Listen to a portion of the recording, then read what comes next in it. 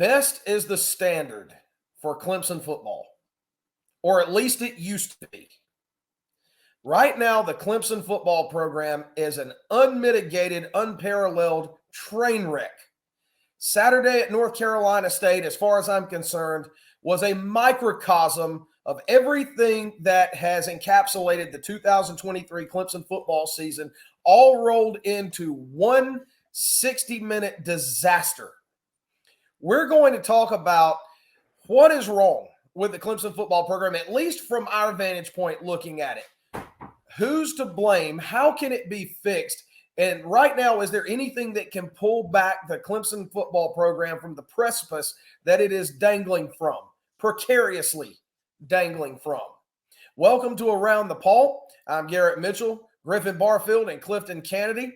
And we're glad that you're watching this video. We always appreciate your support, everybody out there in Clemson Tiger Nation. And we've got a lot to break down and digest tonight. So, let's just jump right into it. I don't think anybody saw this season coming.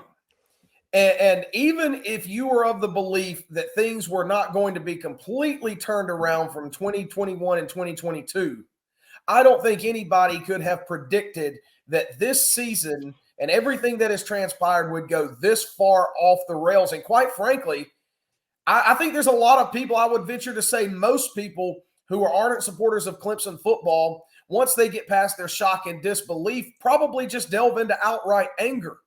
And, I'm not so sure that I haven't reached that point myself. So, guys, what in all of holy hell has gone on with Clemson football this year? You could ask me the same thing, and I'd still have my head scratching. There is so much to cover when it comes to this season's downfall. I think it has to do with everything going on. It's the players who are, I'm not going to say undisciplined, but maybe they just flat out are defeated. And I think more than half the team is probably defeated after the Miami game. That came into this NC State game. That early touchdown from NC State, that gave him defeat. But you can't just do that. You have to, I think the coaching is something as well that has to be talked about. I don't know whether it be just because the unit's not working or the lack of experience for such a high caliber football team that Clemson is. And I know we'll get to the whole logistics of every single group later. But at the same time, it is a very tough standard, right? Clemson has had a 10-win season for what, 12 years? Between 10 and 12 years, I believe. 12 years. 12 years. Yes, 12 years. 12 years. Yep. It's just because like you said, best is the standard, and it's not the standard right now. And there's not really much else you could say. All units are not working well. They are not cooperating, and that is why Clemson are now 4-4. And in my opinion, have a great chance of missing out on a bowl game. I totally agree on you. I agree with you right there. I mean, you've got Notre Dame, you've got Georgia Tech, who just beat North Carolina. Yeah. And then you've got North Carolina, and then you've got South Carolina. Like, it literally could come down to that last game, and whoever wins between Clemson and South Carolina goes to a bowl game this year. And that has not been said in come out of anybody's mouth in over a decade. Ever. Like, that just hadn't happened. Right. And quite frankly, Griffin, I agree with you 100%. Right now, I see a team that is completely lost. They are lost within themselves. They are down. They are defeated. And you know what? There's a lot of blame to go around. I think part of that blame probably lies with the players themselves, but it also lies with the men who are charged with leading them. And for whatever reason that there is a disconnect, it seems like that there is a chasm between this coaching staff and the players on this roster that just grows increasingly wider by the week. And I don't know that anybody can quite put their finger on it except to speculate why they think it's happening. But regardless, it's happening. It's happened, and it continues to happen. And right now, there's just no easy fix. And you know what? It's all well and good for Dabo to come out and say the right things. And I think he genuinely tries to say the right things. Look, he's not going to stand up there at the podium and talk about anything he might do to tear anything down or to bring in new personnel in the middle of the season. He's not going to do that. But I think he waited too long to try to put across the message to the fans, to try to let them know, to give them something to cling on to tell them, to let them know that something was at least going to be done to try to fix it. Instead, all we heard through the first 7 games of the year was, this is a good football team. This is a team that's as talented as 2016. Well, guess what? 2016 team won the national championship. This team will be watching from home as a national champion is crowned this year. They're not even close. So don't try to sell that, because nobody's going to buy it. Yeah, and I'll be. Go ahead. Go ahead. Finish. I thought you were done. Finish up. No, it's things like that. It's things saying that, well, better days are ahead. There's a lot of winning left for this group. And you know what? That very well may be the case, but it's not right now. And it's not what the fans want to hear. The people that buy hundreds of dollars worth of tickets, if not thousands, that spend a month's salary to plan a trip to the football games and to come support this team, they don't want to hear that it's going to get better in the future. They want to know what you're going to do to fix it right now. And I think for the first time after the NC State game, we saw a hint of this come from Dabo after the Miami game. But I thought that he finally broke down and finally admitted his culpability and responsibility in all of this mess after the NC State game, because it was the first time I heard come out of his mouth, this falls on me. It is my responsibility as the head coach of this football team, and it starts with me at the top. So what are your thoughts about that? Should he have addressed this long before now and quit trying to give lip service to the fan base? Well, I'm going to say this. You know, I think I do agree with Dabo, and I'm going to try to stay a little positive because I do agree that better times are in the future. And, you know, every team, I mean, every football team is not going to have 10 years of 10 wins or better.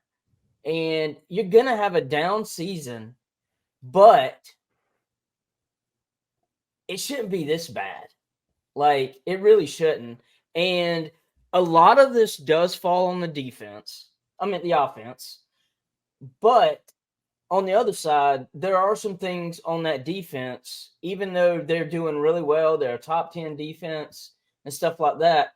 There are things about this defense that need to get better if we're going to win with the offense that we have right now. Because the offense is not getting better immediately. That's going to take time.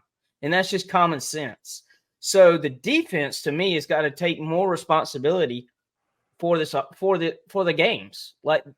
Like something, and thank God for William Qualkenbush, because I got all these stats from him, and I'm not afraid to say that. But the defense has in 6 games, we've only turned the offense over 7 times. 7 times. It's hard to win the turnover battle, especially when you're handing the ball away like Halloween candy on offense, and you can't get the other team to cough it up on the other side. Yeah, it's really hard to win the turnover battle, and that's been the common refrain, Clifton, is that when Clemson loses the turnover battle, they lose the game. Saturday was no exception to that. Nope. And another thing, this is let's see. This is after a turnover, right? A non-defensive touchdown. Because I'm going to harp on this defense, even because I know the offense is bad, and I'm putting more. Like, I want this defense to take more responsibility for these games because they have to. They're going to have to score. They're going to have to get the turnovers. And I'm not saying that this defense is not awesome, because it is. Like, it's a great defense. It's a top 10 defense.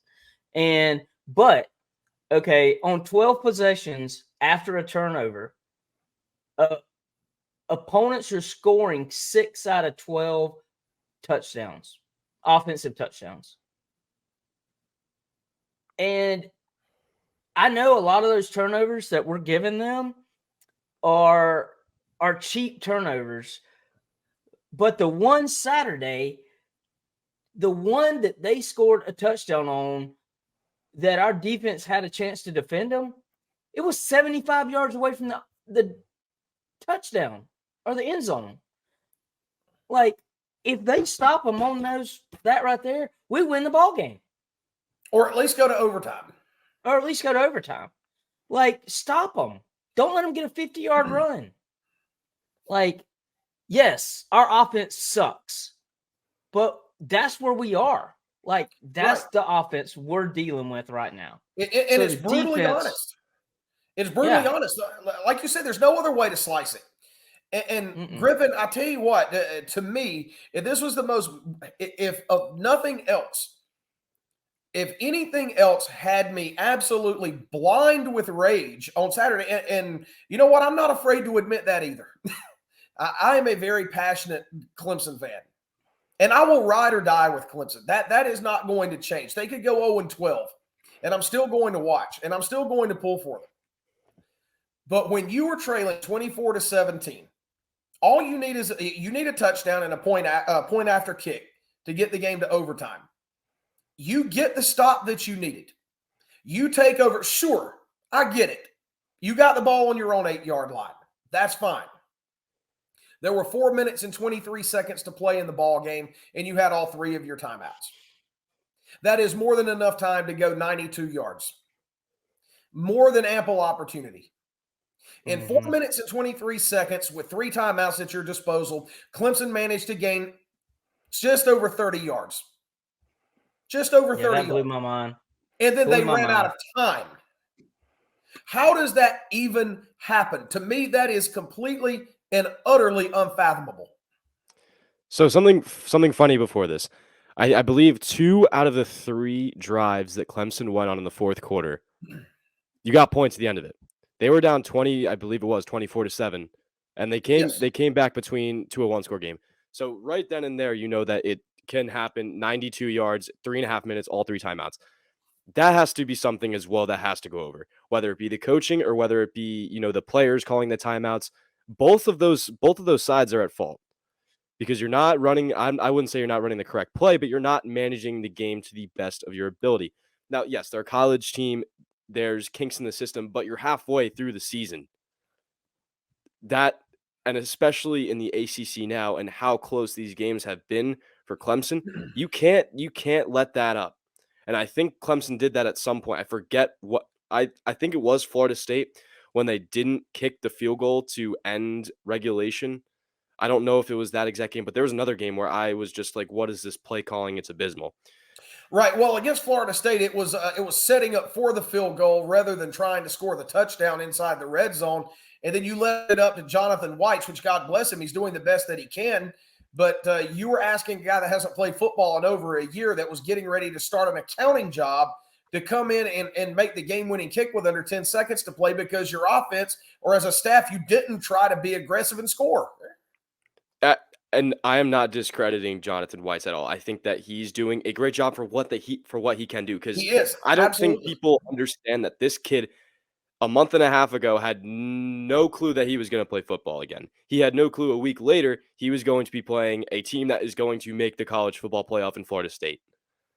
So you got it. I hate to say it, but you have to cut Jonathan White's a little bit of slack. He's doing whatever he can. But when you try to go for a 40-yard field goal, you're going to expect, honestly, for me, you're going to expect a miss, and you can't let that happen. So I think you just have to be more aggressive on the ball. And that's how, I know that we're not talking about Notre Dame, but that's how, if Clemson does win on Saturday against Notre Dame, they are going to have to be the most aggressive team in college football to beat Notre Dame. You have to go for it on 4th down. And I think it even proves a point about the missed field goals and the turnovers. You have to play aggressive if you want to win games. If you want to go to that bowl game, you got to flip the switch and be aggressive. Well, that's another thing. Like, and going on it on 4th down, Dabo's done that in the past. So that's nothing new, right? Right. He's done that this year. And that's why I'm harping on the defense. I'm going back to the defense. If we're going to go for it on 4th down, like we've done, you have to stop them on offense. Like, you have to. Well, and our defense is good, but you have to, man. Like, you have to. If we're going to go for it on 4th down, I'm not trying to say that our defense is terrible. I'm not trying to take up for the offense because our offense it's terrible, man.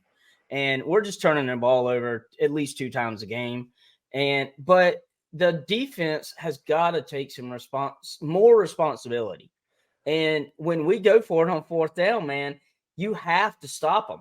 Or when we have a turnover deep in our own territory and the offense has 75 yards to go to get a touchdown, like, you have to stop them. Like, you have to. I mean, we've got juniors, seniors, 5th-year guys that have been there, done that.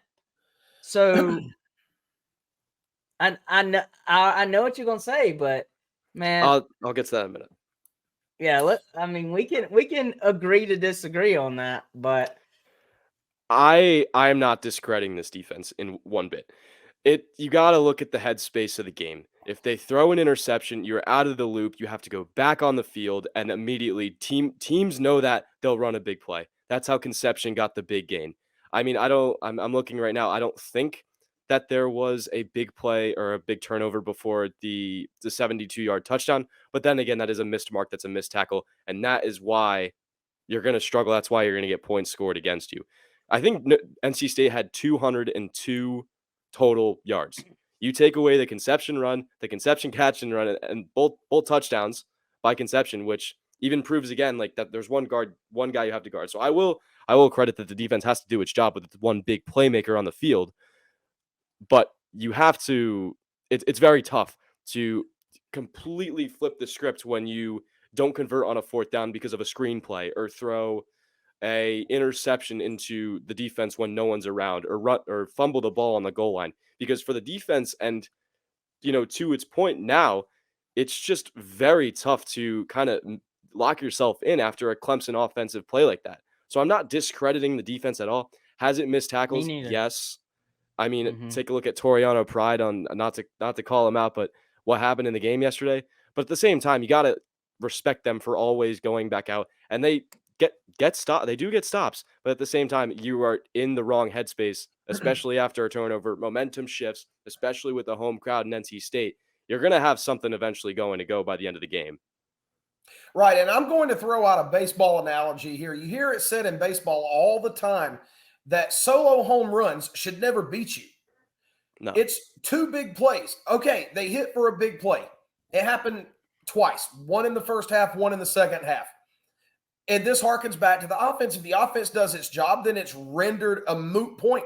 It's not going to matter. Those were solo home runs. They were swings and drives. They hit big plays. It happens. It's football. Solo home runs should not beat you. 1 or 2 chunk plays in a football game should not beat you.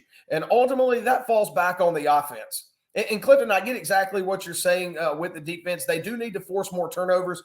But I think to a large extent, they're doing well with the hand that they've been dealt. Yes, so, I agree with you on that. So I'm gonna go back to I'm gonna go back to turnovers, right? So that 2016 team that you were talking about, right? In 15 games, they had 20. The offense had 29 turnovers. Our offense had 29 turnovers, but the defense forced 28 turnovers. And that's why we could win ball games when we turn the ball over. Now we can't win. Now we can't, man. And we can't win because our offense is terrible, worse than that 2016 offense. Way worse than that 2016. Well, the 2016 offense won a national championship. So I would imagine so. Yes. But on the other hand, our defense is as good or better than that defense. And so why aren't they forcing turnovers? Like, what is it about this defense than that defense? Here's a question. I got a question for you. Why can't the defense stop our opponents after a turnover? I think why can't they? Again, it's momentum to an extent, but at the same time, I think that this team has just been beaten down and just depleted. Look at the games. Cliff, you said before the Miami game, Clemson would be undefeated off 2 or 3 plays. Florida Yes, I did. State took everything. If we beat Florida State, I think that we would have not lost against Miami. We wouldn't have not lost against NC State. It's all morale. As soon as you lose 2 games, you are completely done with the college football playoff. And with the hand that they were dealt, there was, I think, 4 or 5 other undefeated teams in the ACC. So their ACC championship hopes were basically little to none, unless all hell broke loose. Now, look, Virginia Tech's in the running, but needless to say, I digress. I think that it's just the hand they've been dealt at the same time as just how rough it is to bounce back off a turnover with how the season has been going. If this was earlier this season, I think Clemson wouldn't have allowed the points and the big plays. But at the same time, it's just lack of focus when your offense isn't doing anything and you're the only hope on the field. There's not much you can do. I agree. I totally agree. This offense has got to get a lot better. Yeah, it really does. It really does. I'm gonna give you some positive stats. I'm gonna just read off some stuff, and y'all go off this and tell me what you think. Yeah, throw it out there, and then we're going to talk some position groups as well. Because look, quite frankly, there's far too much that we could talk about and try to break down and try to juxtapose on than we have time to do. So yeah.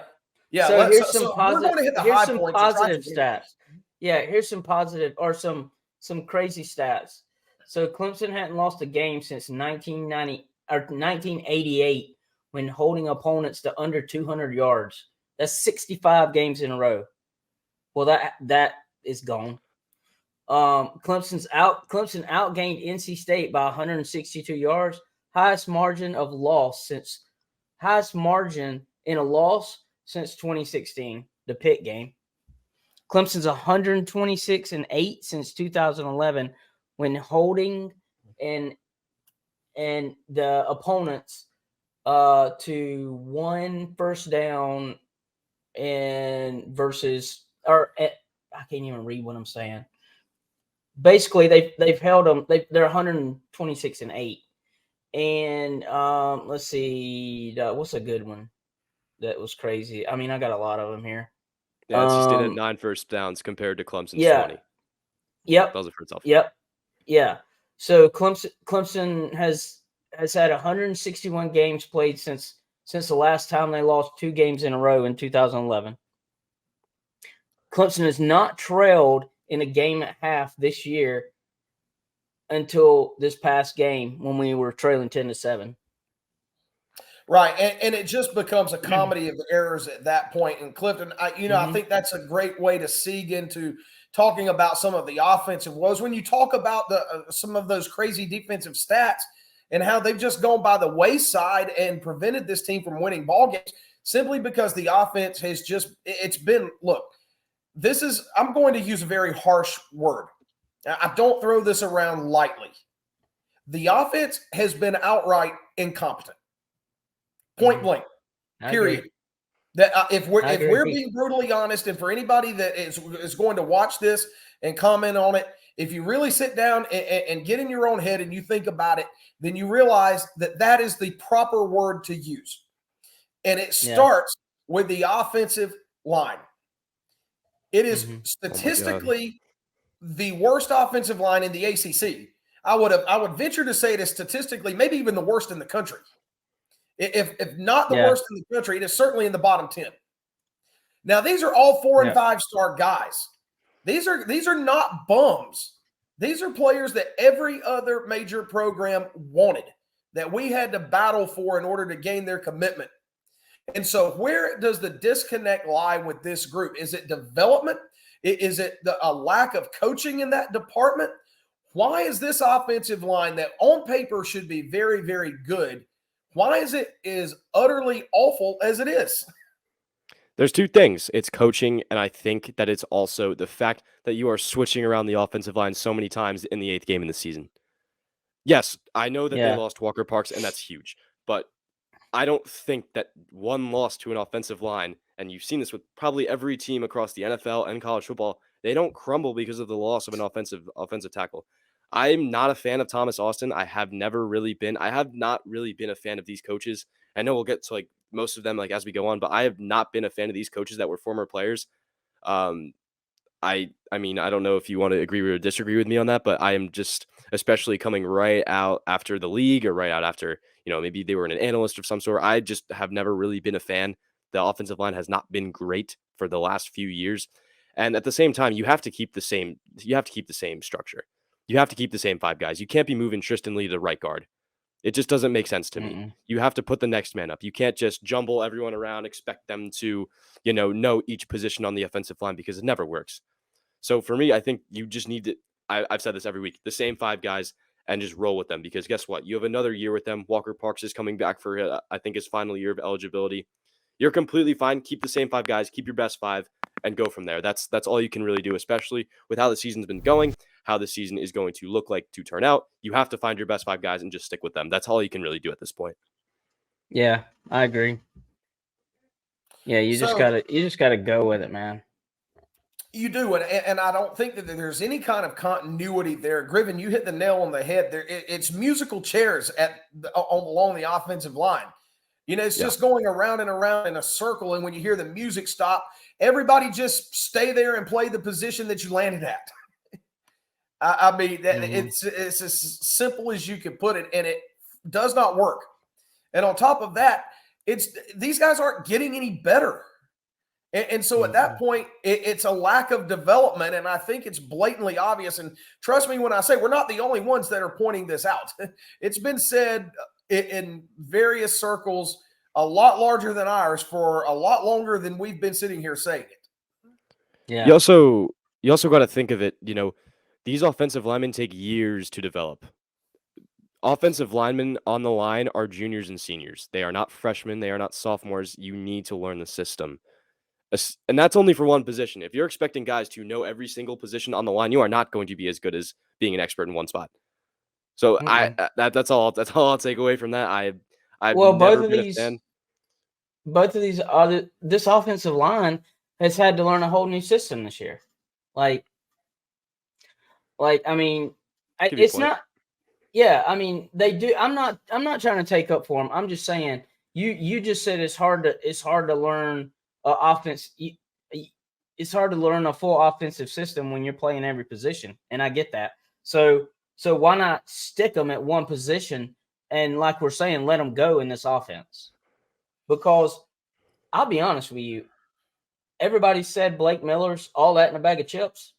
He hadn't done jack crap this year on that and in that outside position.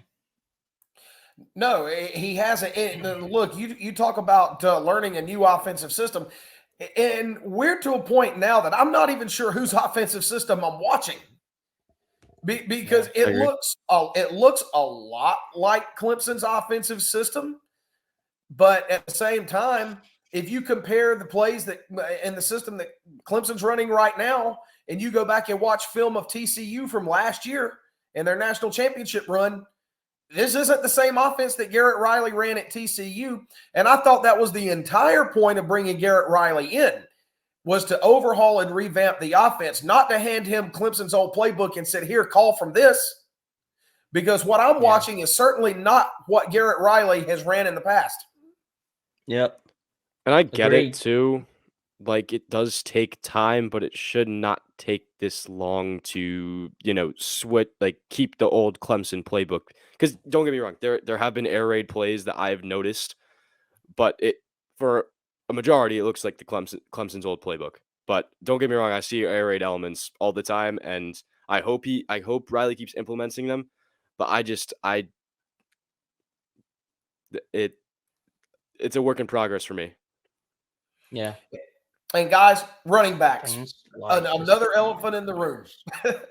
Look, I'm just going to say start Will Shipley. Start Phil Maffa from here on out. Look, you got to, bro. Yeah, you got to. And let me say this. I do not want to see anybody get hurt, ever. No. Ever. Let me make that abundantly clear. Nobody wants to see a player get hurt. I don't want to see opposing players get hurt. I certainly don't want to see our players get hurt. But I have absolutely no doubt in my mind whatsoever, and I would wager the deed to my house on it, that if Will Shipley is not forced out of that game due to injury, Phil Maffa would not have had the ball put in his hands twice inside the 1 yard line. Nope. And then in a third instance, he didn't have the ball put in his hands anyway. And I was really up in my feelings about this. Throwing a back shoulder fade across Cade's body at the 1 yard line. That was one trip inside the 10 yard line. The ball's at the 1 yard line. The play, Cade rolled right, and it was a waggle route. Rolled right and threw a back shoulder fade across his body. It was predictably broken up, and probably lucky it wasn't intercepted. Whatever happened to suggest that anything other than handing the ball to your 235-pound running back when you need 3 feet is the right way to go? I mean, what conventional wisdom suggests you should not do that? Because whatever it is, our coaches and the three of us sitting here are on 2 different wavelengths. Yep. Earlier that drive, Phil Maffa had a 41-yard rush. He did not get another touch the rest of the drive. It comes to the old saying, if it ain't broke, don't fix it. Especially for the fact that he punched it in the end zone the last 2 times he was given the chance. I hope he gets the ball more often in Notre Dame. And, first of all, prayers up to Will Shipley. That injury was tough to watch. And I hope that he gets better. It should have been a targeting. It should have been targeting. It should have been a targeting. At the same time, though, I don't know what the heck they were thinking. At the same time, I'm excited to see what Maffa could do with the running back 1 role without being in Shipley's shadow. But when Shipley's back, I hope the offense figures itself out because, hey, you got another year with them. Their senior year, they're going to give it their all. And maybe you could finally give the chance, like, hey, maybe Phil Maffa's better in this situation. Shipley's a better receiver. This is your chance to figure it out. And although it's tough against a top 15 team in the country who are probably the toughest schedule in college football, but at the same time, I'm excited to see what he can do. Mm-hmm. Right. Now, we've talked about a whole litany of things that are wrong with this Clemson football team. And believe me, there are a lot. It's far more than we could sit here and in one video, one episode, feasibly break down and talk about. But we're going to talk about some ways, potentially, maybe, that Clemson football can be fixed going forward. Now, before we do want, on a positive note, we do want to give a shout out to our sponsor, Arden's Burger Grill, and thank them for sponsoring what we do here at Around the Paul. Go see them. Go see our friends at Arden's at 1280 18 Mile Road in Central South Carolina. They're your one-stop shop for all of your game day culinary needs. And we highly recommend the awesome double-dipped wings. It's one of the great things they're known for, but they've also got mouth-watering burgers and sizzling grills. So go see our friends at Arden's Burger Grill at 1280 18 Mile Road in Central, and they'll take good care of you just like they do us. So thank you to Arden's for sponsoring us. Now, let's go and let's talk about some things that could potentially be done. And I have always thought, for as much good as Dabo Swinney has done at Clemson, as much good as he continues to do, and believe me, he does a lot of good. But if he has one downfall, if there's one character flaw, is that I think he maybe 2. One, he lets his loyalty override his ability to rationalize and see what needs to be done in terms of the broader scope and the bigger picture. And 2, I think that Dabo has a little bit of I think there's a little bit of selfish pride there maybe. And look, it's hard to admit when you're wrong. Ask my wife or ask anybody that knows me, and they'll tell you it is very hard for me to admit that I'm wrong. I'll admit it. Hey, hand to God, I'll sit right here. I'll admit it. It's true. I'm right there with you, brother. And so in that vein, I kind of understand, if that's truly the case with Dabo, I kind of understand it.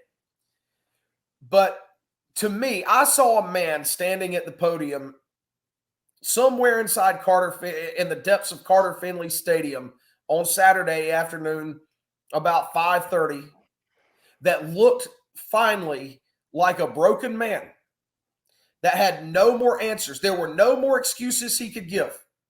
There were no more ways that he could spin it as bad luck or a few plays and we would be undefeated. or we're a good football team. He point blank said, and this is more direct quote than it is paraphrase, we're not good enough right now. We are not good enough. I am not good enough.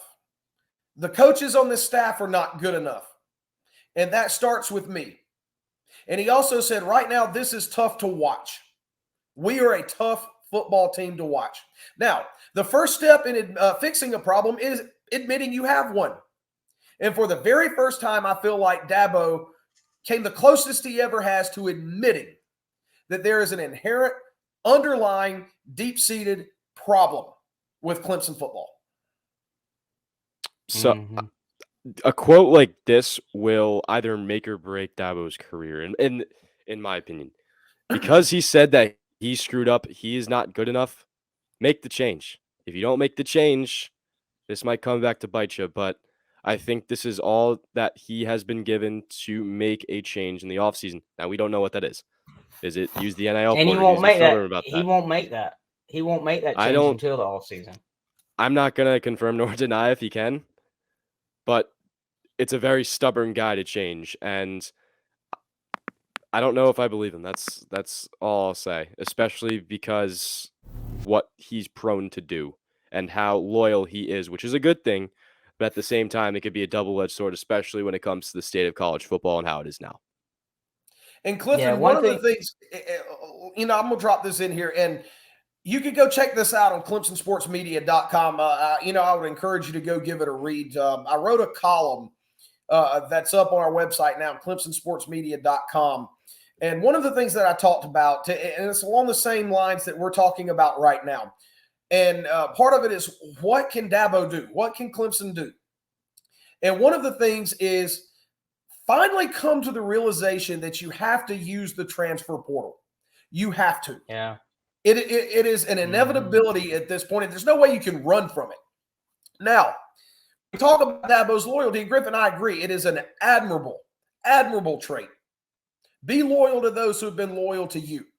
But I will put it to you this way. The players who leave Clemson and enter the transfer portal, did they repay that loyalty? Were they loyal to Clemson? Now, on the other side, there are plenty of players in the transfer portal that maybe where they started their college careers, it just didn't work out. It wasn't a good fit for whatever reason or another. It doesn't mean that those guys are disloyal. I don't think that Dabo Swinney or anybody else can sit here and reasonably say that any player that you take out of the transfer portal only has a superficial connection to Clemson. Maybe there are guys in the transfer portal that are really good players that really wanted to play for Clemson, that would have committed to Clemson out of high school had they been offered. And now they see this as a potential second chance to go where they wanted to play in the first place. Why can you not sit there and say that anybody you take out of the transfer portal will not be just as loyal to Clemson as Dabo's loyalty to the players that he has now, and even to the ones who are walking away? Because to me, that makes absolutely no sense. People grow up wanting to play for Clemson. Clemson has the market to do it, and they're not doing it.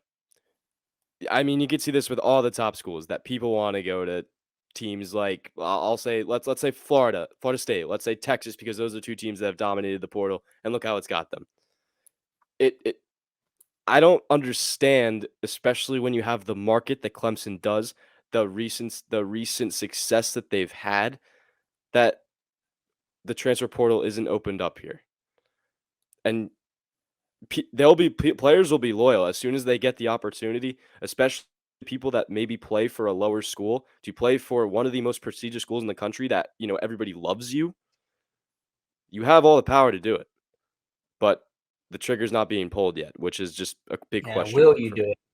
Exactly. Will you do exactly. it? And the answer will most likely be no. Yeah, I mean, I think it will. I don't quite, even though Dabo said changes are going to be made, when he says that, I don't think he's talking about the transfer portal. I think he is talking about coaches. And I don't want to name coaches because I don't want to name drop or anything like that. Right. And we're not going to do that. I think people can infer their own. They know who I'm talking about, and they can think who that is. Like, I think that's what he's talking about. And he did it last year. So I have faith that he'll do it again. Because if he'll do it one time, he'll do it again. And especially after a season like this year, that attendance, as good as we've been for so long, that attendance might drop off. Yeah. And being as good as we've been can be great and it can be bad, especially after you have one bad season. Very bad season. Right. And that goes back to the standard we talked about that Dabo Swinney has created at Clemson. And look, none of us, again, as my preacher will say on Sunday mornings, do not hear what I'm not saying. None of us are sitting here saying that Dabo Swinney should lose his job. We're not. Because Dabo Swinney has done so much good for Clemson. Look, when he took over in 2008, none of us thought that within a decade we would be celebrating 6 trips to the college football playoffs, 4 national championship game appearances, and 2 national championships. That was beyond the wildest dreams any of us. Never thought it. I thought he'd be gone in 2 years. Right. Especially after that first season, I thought he'd be gone in 2 years. Right. I'm 38 years old. I thought I would go my entire life and never see Clemson win a national championship. I've been lucky enough to see 2 in the last 7 years. Yeah. I've seen all 3 of them. So he should not be fired. Nobody is saying that. Anybody that does it to me, it is short-sighted. They're short-sighted in that. Yeah, I agree. But, and there is a caveat to this. Nobody is immune. Everybody is replaceable. Everybody is expendable. It's just a matter to what degree. If I go to work and I'm bad at my job and I'm bad enough at it for a long enough period of time, then guess what? I'm going to be fired. I'm going to be replaced with somebody who will do it and do it right. Dabo Swinney has absolutely earned the right to fix this. There are steps he can take to fix this. Whether or not he will do it or do it to the degree that it needs to be done, that's yet to be seen. We might not even know next year, but he's earned the right to have that opportunity. Now, if the opportunities are there and he doesn't follow through, and he doesn't do it, and the bottom continues to fall out until you truly hit rock bottom, then at that point, then I think maybe we go back in another year or 2 or 3, and we revisit what we're saying right now. But the fact of the matter is that nobody is irreplaceable, and that includes Dabo Swinney. Now it's just a matter of, will he do what he has to do to elevate Clemson back to the standard that he created? He created it. And once you create it, there's an expectation that you maintain it. And be it through complacency, pride, misplaced loyalty, hubris, whatever you want to label it, right now, best is not the standard. It's not. And the results bear that out. I think this football team will get better. It might be next year, but I think it's going to take a lot of work and a lot of soul searching. Look, Clifton, at the end of the day, I agree with you, and I agree with Griffin as well. Look, sometimes, and again, I'm going to reference something that I wrote in the column that's up at ClemsonSportsMedia.com now. And one of the things that I said is this: sometimes you have to spend a little bit of time at rock bottom before you regain the strength you need to pull yourself back up out of it. Maybe this is the wake-up call that Clemson needs. Maybe it's the wake-up call that Dabo Swinney needs. We won't know that right now. We might not know that till December, January, once the moving and shaking starts to see what, if anything, he does. But sometimes you need a reality check, and he sounded like a man after the game on Saturday that received his. Will he act on it? We don't know. But again, Dabo needs to be commended for all that he's done for Clemson University, again, beyond anything that any of us ever thought could be done. I think all that anybody is asking is that now that we have seen that it can regress back to where we were, and trust us, it has. Can you do what it takes to reverse this? You did it one time before. You know it can be done. If it can be done once, it can be done again. So, Clifton, I agree with you. Better days are ahead. Look, I think the world of Dabo Swinney. I've met the man twice on a personal level. You will not find a nicer man. I'm proud that he is the head coach of Clemson football. At the end of the day, I think, look, the man cares. The man cares about this university. He cares about his players. And right now, I see somebody who is equally as heartbroken and hurt as the players and the fans who love this team. So at the end of the day, a lot of what we've talked about tonight is on the negative side. Let's end on a positive note. Somehow, some way, I think Dabo finds a way to fix it because the man has been an underdog his entire life. He has thrived when people count him out and knock him down. And this is just another challenge to him. So when the chips are down and push comes to shove, might have taken a lot longer than any of us wanted it to. I do think Dabo Swinney will find a way to pull Clemson football from the precipice of the abyss. I do. I mean, I'll look at other teams. Teams have done it before. How about Brent Venables in Oklahoma?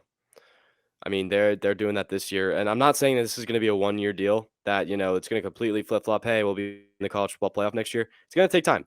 But you have the pieces, you have the coaching, you have the fans. It all shapes around how Dabo is going to react to it. And based off, especially this call that we're just hearing about, I think that he will bounce back, especially just as a walk-on mentality. So I'm not crediting the man. I'm not counting him out. I don't think he should be fired. I think that he's Clemson football. But, something has to be changed, and I'm excited to see what he does to change it. Yeah, me too. I'm going to say this, and I think this year was meant to be, and it needed to happen. It's going to sound crazy, but I think it needed to happen for some changes to be made to get us back to the promised land. I can buy that. And, I agree with that. I mean, I love Dabo Swinney to death. I think he is Clemson football. He is Clemson University, and to 100%, 110%. And I truly believe that that we're going to be back. And like you said, it might take another year. It might take 3 years. Now, that would be, to me, hell on earth if it took that long. But, all of us.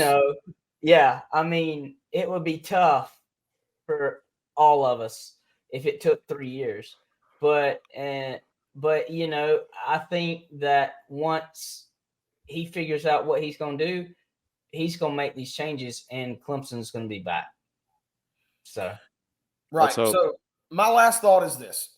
I said at the top of the show that best was the standard for Clemson football, or at least it used to be. Oh, it will be. And my final thought is this. Best is the standard for Clemson football, and it will be again. I believe that. I have to believe that. And I think everybody out there should also believe that. I really do. With all of my heart. It's going to be there. We're going to be back. So I am not worried about it one bit. So, go Tigers.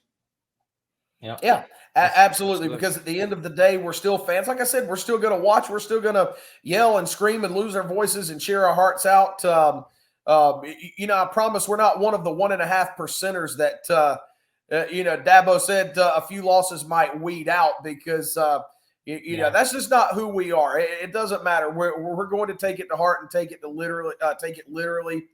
But, we're hurt right now too. Probably not near as much as the players are and some of the coaches. But like we said, probably going to have to be some changes made. Maybe you move some personnel around, both on the coaching staff and with the players. We'll let all that play out. It's not something that can be done right now. Keep cheering on the Tigers and just hope for the best for the rest of the season. But don't jump ship and don't give up, because that's not what true fans do. It's not what Clemson Tigers do. And we'll see what happens on down the road. It's tough, sure. But as Clifton said, I think we'll make it through the darkness of this tunnel. I think we'll come out stronger on the other side. So we'll see what happens this week against Notre Dame. We're going to do another video later this week where we'll break down that game and talk about it. But until then, we're just going to let this one simmer right now. And before we all go to bed tonight, as always, we're going to go to bed saying, go Tigers. Go Tigers. Couldn't say it any better. Go Tigers.